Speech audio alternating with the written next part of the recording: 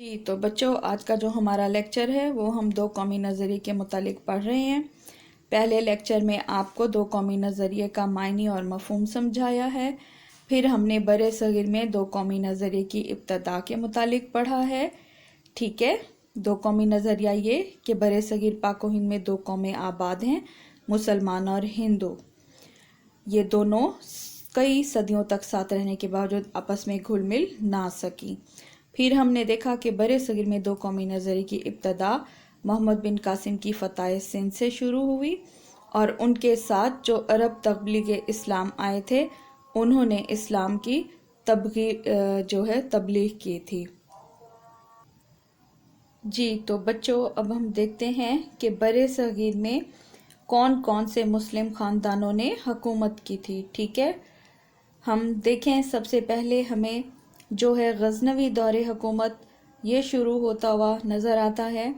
جو کہ 1003 سے لے کر 1206 تک محیط ہے۔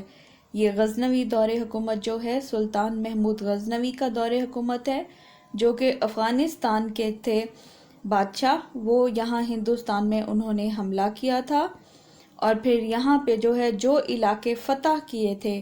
وہاں اپنا ایک نگران وزیر مقرر کر کے، ٹھیک ہے، اور پھر واپس اپنے علاقوں کو لوٹ جاتے تھے۔ یہاں اسلامی حکومت قائم رہتی تھی۔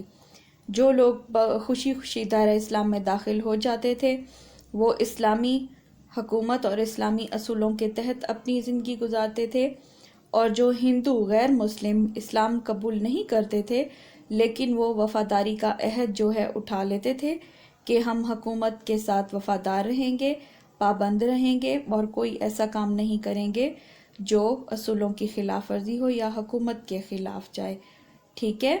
سلطان محمود غزنوی کا دور حکومت 1003 سے 1206 تک محمود ہے، اور یہ سلطان محمود غزنوی تاریخ میں بہت مشہور ہیں۔ ہندوستان کا جو مشہور یہ سومناتھ کا مندر ہے وہ سلطان محمود غزنوی نے ہی توڑا تھا، اس کو ختم کیا تھا۔ اس کے بعد ہم دیکھیں اس دور کی خاصیت کہ ہندوستان میں برِ صغیر پاک و ہند جو متحدہ علاقہ تھا پاکستان بننے سے پہلے، وہاں پر جو ہے موجودہ پاکستانی علاقے جو تھے جو اب پاکستان میں شامل ہیں، ٹھیک ہے، سندھ ہو گیا، خیبر پختونخوا ہو گیا، بلوچستان ہو گیا، فاٹا کے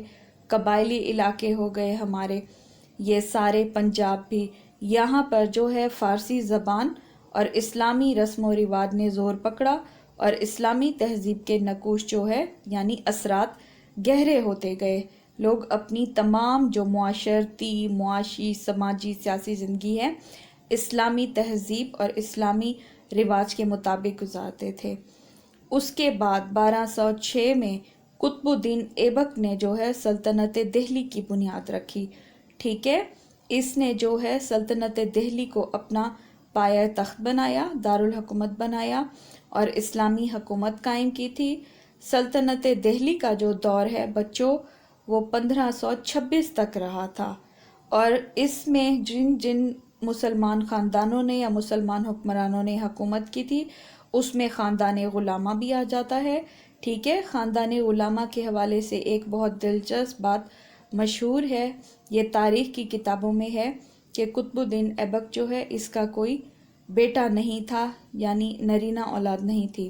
تو پرانے زمانے میں بچوں آپ کو معلوم ہے کہ جب ایک بادشاہ وفات پا جاتا تھا یا تخت سے ہٹتا تھا تو اس کے بعد اس کا بیٹا وہ بادشاہ بنتا تھا، تخت سنبھالتا تھا، حکومت کرتا تھا۔ لیکن قطب الدین ایبک کی کوئی نرینہ اولاد، کوئی وارث جانشین تو نہیں تھا۔ اس نے جو ہے ایک جماعت بنائی ہوئی تھی اپنے غلاموں کی، ٹھیک ہے، لیکن وہ بہت عالم فاضل، پڑھے لکھے، ادب میں بہت مہارت رکھنے والے اور جنگجو قسم کے بہت بہادر سپہ سالار تھے۔ تو وہ 40 جو ہیں غلام تھے، اس میں اس قطب الدین ایبک کی وفات کے بعد اس کے جو غلاموں میں سے قابل ترین تھا اہل، وہ جانشین اس کا مقرر ہوا، اس نے جو ہے سلطنت دہلی پہ حکومت کی۔ تو اس دور میں جتنے بھی حکمران آئے قطب الدین ایبک کے بعد وہ خاندان غلامہ میں شمار ہوتے ہیں۔ اس میں سے 2-3 اہم نام ہیں، ایک غیاث الدین بلبن کا بھی نام آپ کو مل جائے گا تاریخ کی کتابوں میں، اور شمس الدین التتمش کا نام بھی مل جائے گا، جس کی بیٹی بعد میں یہ رضیہ سلطانہ، اس نے بھی حکمرانی کی تھی۔ تو چلیں اب ہم دیکھتے ہیں خاندان غلامہ کے بعد خاندان خلجی، خاندان تغلق، سادات اور لودھی خاندان نے حکومت کی۔ بچوں ان خاندانوں کا بھی یہ ہے کہ یہ مقامی خاندان تھے، یہیں کے رہنے والے، ہندوستان کے، برِ صغیر پاک و ہند کے۔ ان کو جو ہے مسلمانوں کے دربار میں بہت زیادہ اہمیت حاصل ہو گئی تھی، تو بعد میں انہوں نے بادشاہوں کی کمزوریوں سے فائدہ اٹھاتے ہوئے ان کو شکست دے کر ہلاک کر کے اپنی حکومتیں قائم کی تھی، جو کہ 1526 تک کسی نہ کسی صورت میں چلتی رہی تھی، ٹھیک ہے۔ اس کے بعد ہم دیکھیں تو 1526 میں جو ہے بچوں ظہیر الدین بابر، اس نے جو ہے مغلیہ سلطنت کی بنیاد رکھی تھی، ٹھیک ہے بچوں۔ اس کے علاوہ اگر ہم دیکھیں تو یہ جو مغلیہ خاندان ہے، اس کی وجہ تسمیہ کے بارے میں یہ کہا جاتا ہے، یعنی لفظ یہ جو مغل ہے یہ کہاں سے آیا ہے، تو تاریخ میں لکھنے والے کہتے ہیں کہ ان کا تعلق منگول قبائل سے تھا، تو منگول جو ہے وقت کے ساتھ بدلتے بدلتے مقامی زبان میں یہ مغل لفظ ہو گیا تھا، تو مغلیہ سلطنت کی بنیاد ظہیر الدین بابر نے رکھی تھی، ان کا تعلق منگول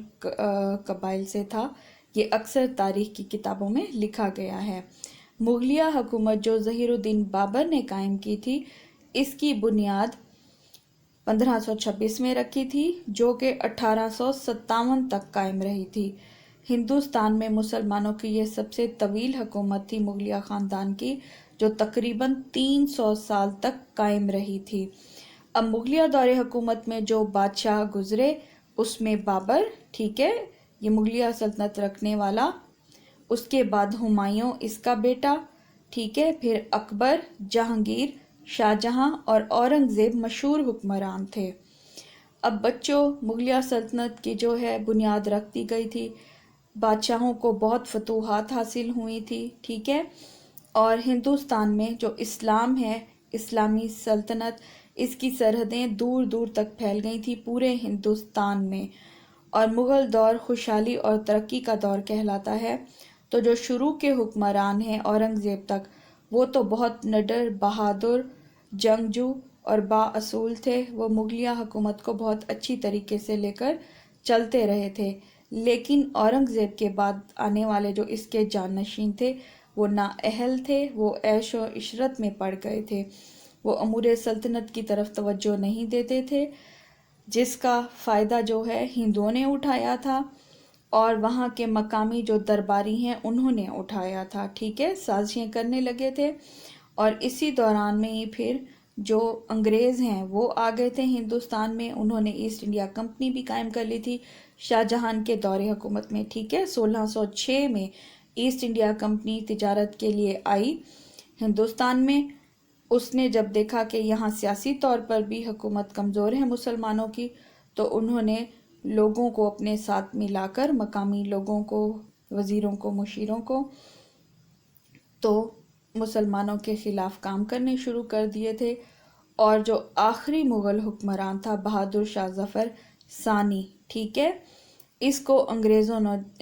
نے 1857 کی جنگ آزادی میں شکست دی تھی، اور شکست کے بعد اس کو رنگون میامیر میں قید کر دیا گیا تھا، جہاں وہ بعد میں انتقال کر گئے اور وہیں ہی دفن ہو گئے، ٹھیک ہے۔ 1857 کی جنگ آزادی کے بارے میں آپ کو سمجھا دوں کہ 1857 کی جنگ آزادی میں مسلمانوں نے، ٹھیک ہے، ہندوؤں نے اور سکھوں نے اکٹھے مل کر انگریزوں کے خلاف جنگ کا اعلان کیا تھا، لیکن آپس کی جو ہے اتحاد نہ ہونے کی وجہ سے اور مقاصد الگ الگ ہونے کی وجہ سے ان کو شکست ہوئی تھی، انگریز جیت گئے تھے، اور جنگ کے بعد ہندوؤں نے، سکھوں نے سارا ملبہ جو ہے، سارا الزام وہ مسلمانوں پر ڈال دیا تھا کہ مسلمانوں نے ہی آپ کے خلاف، انگریزوں کو کہا تھا آپ کی حکومت کے خلاف جنگ کی ہے، ہم تو آپ کے وفادار ہیں اور مسلمان آئندہ بھی ایسے کر سکتے ہیں۔ تو یہ تھا سارا آج کا بر صغیر میں دو قومی نظریے کی ابتدا کے بارے میں ہم نے دیکھا ہے تفصیل سے۔ باقی جو ہے ہمارا ٹاپک، اس میں سر سید احمد خان اور دو قومی نظریہ، اور چودھری رحمت علی اور دو قومی نظریہ، یہ میں آپ کو کل کے لیکچر میں سمجھاؤں گی۔